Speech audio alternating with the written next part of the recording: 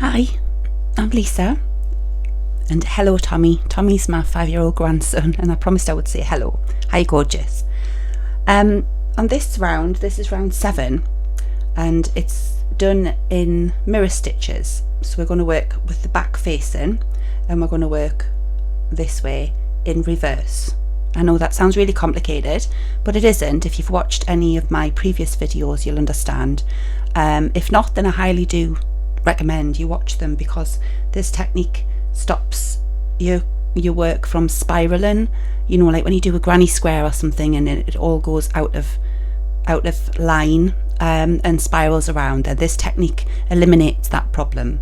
You can of course use the spiral to your advantage, but if you don't want to, then this technique is for you. Also, the lock stitches that are involved keep everything round instead of it making points and going hexagonal. So I'm going to crack on with round 7, which is done in reverse.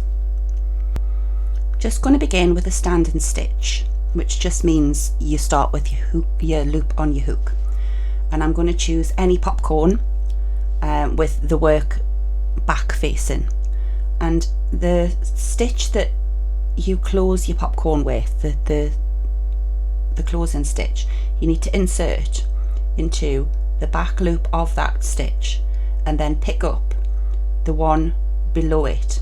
And you can either use the back loop or you can use the front loop, either one, but don't use both, because it will leave a big gaping and it'll pull your work out of line. It also causes your work to twist on the, we'll call them corners, but they're not going to be corners.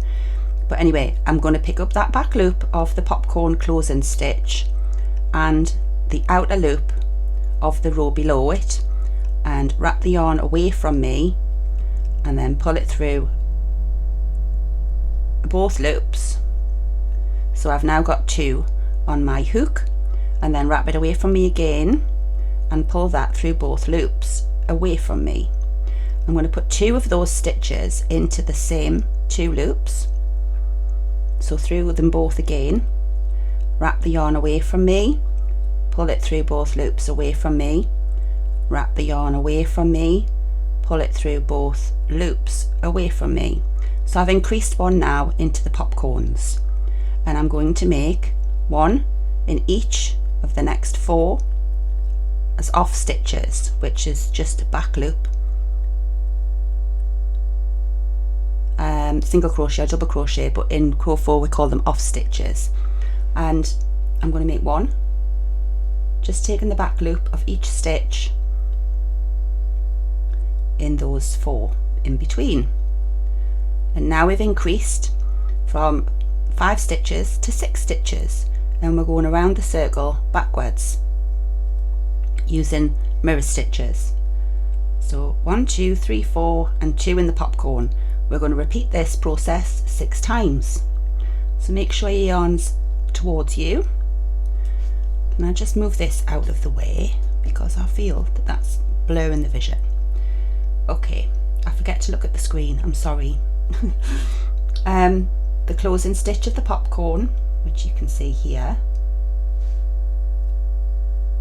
there, just the back loop, and if you need to, you can get your hook and just pull it down like that, because sometimes you do them a little bit tight, and then also pick up the back loop of the one below it that you missed on the popcorn and yarn away from you, pull it through both of those loops, yarn away from you, pull through both of the loops. Repeat that in the same stitch.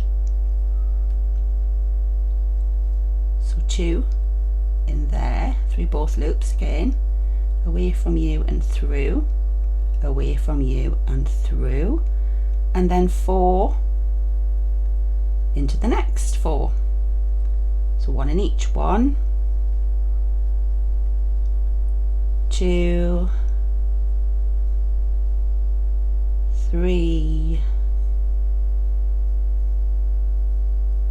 4. And now to show you what's happening,